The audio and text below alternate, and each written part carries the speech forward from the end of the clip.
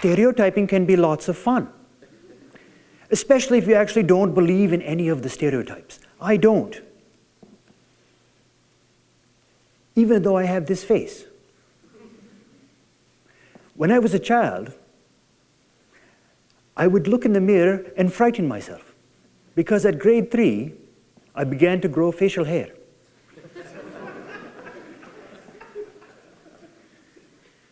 And growing up, I did not always wear the turban. I had different hairstyles, haircuts, so when people saw me, they assumed I was Mexican, African American, maybe an exotic Spanish guy.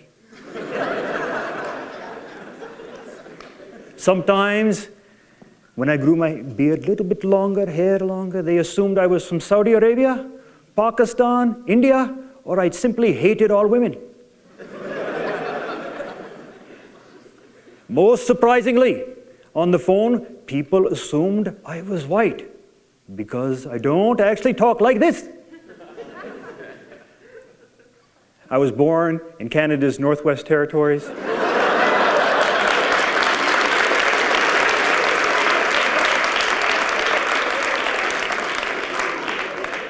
To Sikh, Indian, immigrant parents. And I grew up fascinated by human beings. First and foremost, all I want to be is a human being.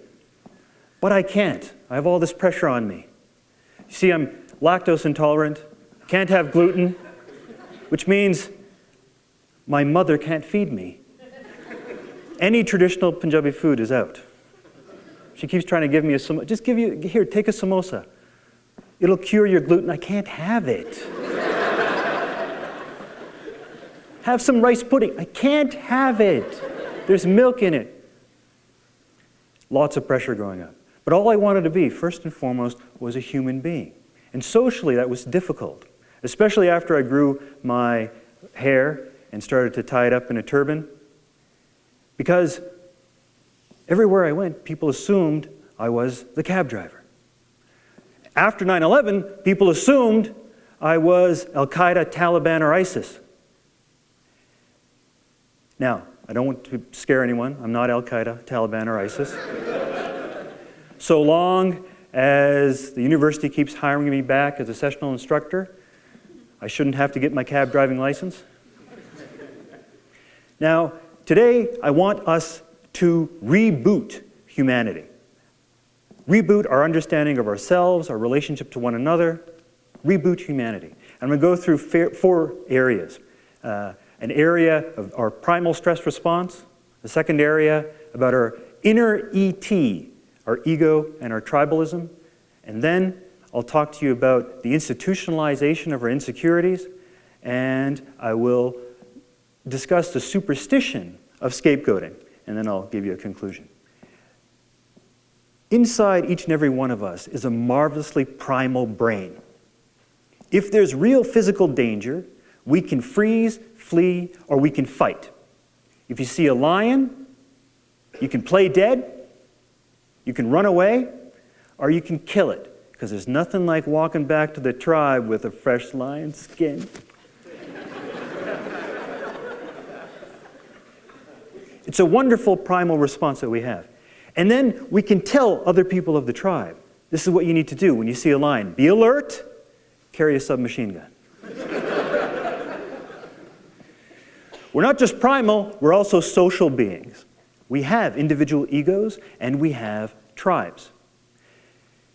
And in that there's some difficulty, because when our primal responses are firing out of context, or when our egos get insecure, or we're just trying to justify our worldviews, or we're blinded by our tribal worldviews, then we have trouble. I'll illustrate with an example from our breakfast table recently. I asked my daughter why she did poorly on a test, which, a note to all parents, never ask your kids that before they've eaten breakfast. It just makes them extra cranky. So that was a factor. But I asked her why she didn't do so well on a test. And with her wounded ego, she lashed out. Because the teacher never gave us the answers.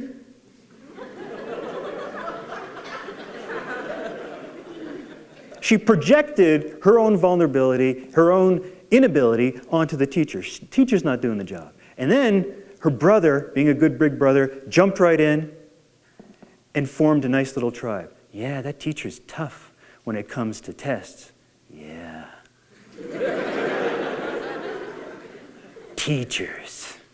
And then I have a 3-year-old son. He just ran around the table with a fork screaming, "Teachers, teachers, teachers!"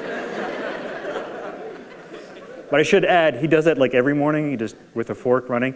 He doesn't say teacher, but he picks some different words.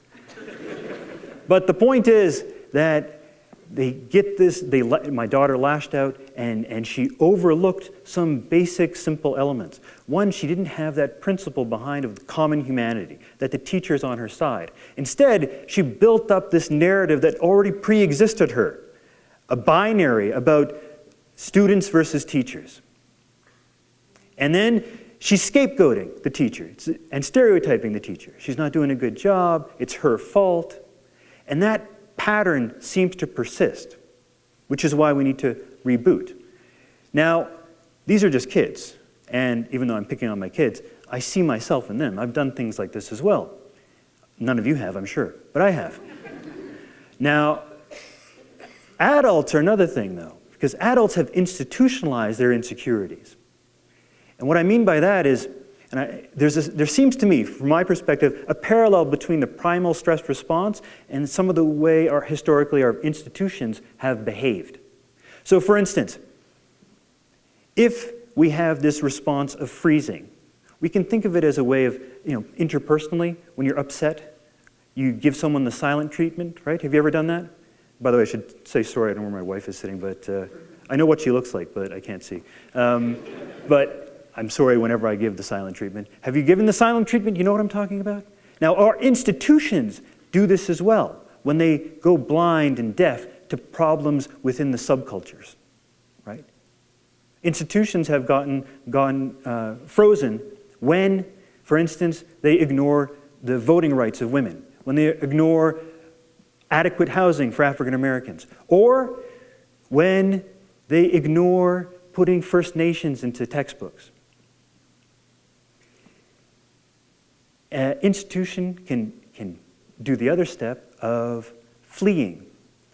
And by that, we could think of it as, like in the old days, maybe when we're cave ancestors, if there was danger, you could run up a tree. Now it seems like our institutions have implemented a method of erecting walls, real or metaphorical, or hierarchies. And so we get this with any form of segregation. We divide and we forget to put humanity first, treat everyone as equal.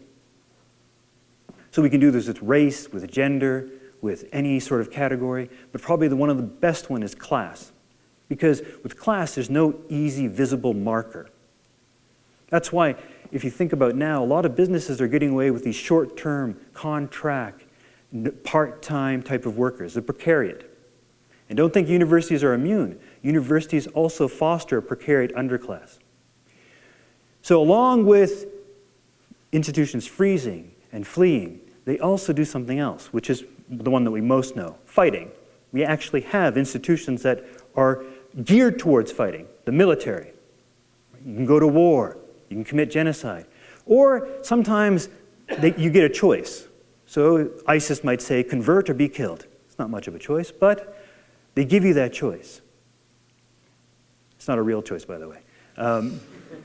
And then there's a polite way to do things too. You can coerce through institutionalized violence. And by that I mean, you could say, come to our school, we'll train you for a while and make you more civilized. So these are all patterns that we've seen institutionalized in our past.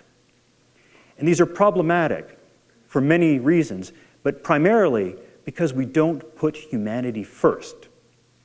So we need to reboot humanity. And instead, we boot people out, hence the superstition of scapegoating. I have an equation for you, and that equation is stress plus fear equals hate. When we experience a trauma, a major traumatic event, like 9/11, we experience this major trauma that is disorienting. And that fills us up with a certain amount of fear. So we have this group of the we. So I won't do these quotes all the time. My kids think these are bunnies, but we. So we have this group, the in-group, that's saying that the lives are threatened, lifestyles are threatened, values are threatened. And so the world is in disarray. You're not thinking clearly. But we have the social mechanism of superstition, the superstition of scapegoating, to ease those fears. So that channels all of our hate towards one visible target. Oh, I get it. It's just that guy over there. If we just get rid of that guy, then our community will be fine. Our future will be fine. And within this, there's a narrative that parallels the one I told you about my kids at the breakfast table. When we tell stories like this about one another after major traumatic events, those stories are not necessarily grounded in a nuanced reality, but in stereotypes. So we have the binary thinking of us versus them. You need that. Every drama needs a good conflict. Us versus them. You have stereotyping, because you have characters in your fantasy, good versus evil. And then the scapegoating functions as the solution to the narrative. Because once a traumatic event happens, our present is unsafe and our future is unsafe. We're scared. And instead of dealing with that fright, that fear in a healthy way, we project onto some sort of scapegoat. The first 9/11 victim, as a hate crime victim, 4 days after 9/11, was an individual who just donated money to the New York Relief Fund and then was shot dead. He was a Sikh American wearing a turban. He was not a terrorist. He was not Al-Qaeda, Taliban, or ISIS. He was not Muslim, but he looked the part. And that got me thinking about that era, that 9/11, what happened, and how it is not only a media event in that time, it's a media event that resurrected all these colonial fears, these narratives that layered on top of one another. So if you think of 9/11, think of what occurred. These planes fly into towers. This recalls our traumatic memory of kamikaze pilots in World War II. The center of a city is being attacked. This is the blitzkrieg from World War II. After World War II, cities were redesigned so that won't happen. Then we started getting suburbs. And also, we know about Pearl Harbor. It's a surprise attack. So all these narratives already exist. They're floating around. And when we're fearful, consciously or unconsciously most often, they come back alive. So inadvertently, we get colonialism 2.0 in the new millennium. We're now, we're scared now. What do? Be alert when you see brown guys, carry a submachine gun. Simple solution, or so we think. That simplicity is problematic, of course. That's why we need to reboot our understanding of 9/11. We need a new story about 9/11, how to deal with that trauma. 9/11 certainly is an American tragedy. It is a Western tragedy, but it is also a global tragedy.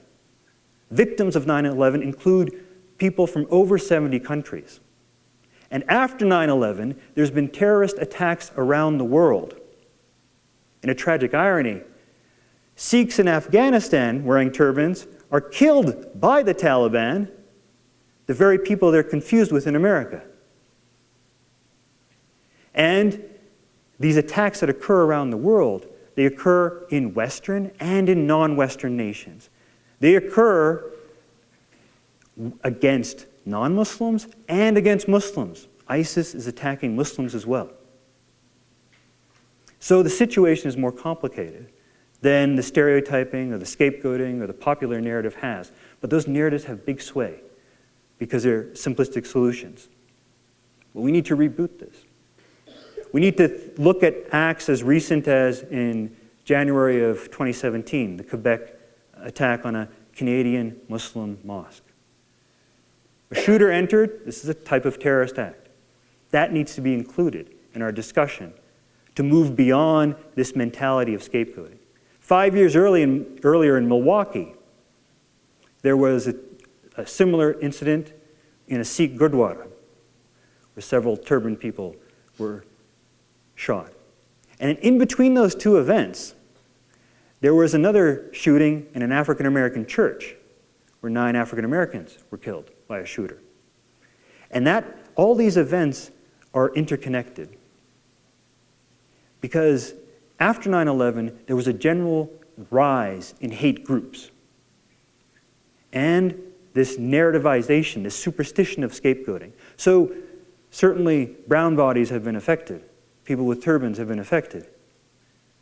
But also African Americans, hate crimes have increased. Jews, against Jews, hate crimes have been increased. Immigrants, and even homosexuals. So when hate begins as superstition, it has conjured these old colonial biases and re-implemented them. And this is all very depressing. And now I'm supposed to give you an answer, but not every TED Talk can give you all the answers. What I can try to do, though, is give you a sort of working method. And by working method, I want us to become clear. So the first thing is clarity. So all say with me, clarity. Clarity. We need to get clear about what we know and what we don't know. Here's what we know. We know we have this cycle of hate, this superstition of scapegoating that we keep repeating over and over again. We know that we don't put humanity first. What we don't know the future. The future is uncertain. So we need to just admit that. We don't know what exists in 7.5 billion people's heads. And when we do, we're being delusional. What I mean by that is, think about your loved ones in your lives. You don't know what's happening in their heads. It's weird, but you don't. You know what's happening in the characters of fiction more than you know the people in your lives. Because you can't enter their brains. But you can enter Harry Potter's brain. So you know Harry Potter. And then sometimes we falsely assume that we know what other people are thinking. And if you ever hit a point where you're like, oh, I know what that person over there is thinking, then you risk stereotyping. So we need to get clear about that. What we know, what we don't know. Sometimes we don't even know what we are thinking. Which brings me to my second piece of advice, which is we should try to become more aware. So clarity, now awareness. Awareness. Thanks. If I did that and it didn't work, it would be just weird. It would be like dancing. It would be clarity, awareness. We need to get aware of our primal stress response. Get aware of our inner ET. When our vulnerable ego or our tribalism, our worldviews are blinding us. We need to, along with awareness, move towards a greater balance. And by that I mean there's no one-shot solution. This is one mistake that I think we have. We have a mistake of thinking, if we just had one religion, one nation, everything would be fine. No, it wouldn't. Or if we had no religion, no races, no name, I don't know. Because if you've been to my breakfast table, it's a pretty homogeneous community, and there's still stereotyping and scapegoating and other sorts of fighting. The most homogeneous communities, unfortunately, have these problems still. So instead, what we might be able to strive for is some balance. That's the third one. So say it with me. Balance. So clarity, awareness, that might help us from teetering one way or the another. If we just, kind of balance a little. Now I'm doing the Pangara, right? So, I hope one day I can stand before you and you'll believe me when I say, I am, first and foremost, a human being. And if there's ever any trouble, remember, oh yara, my friend, call on my cab. Clarity, awareness, and balance. Thanks.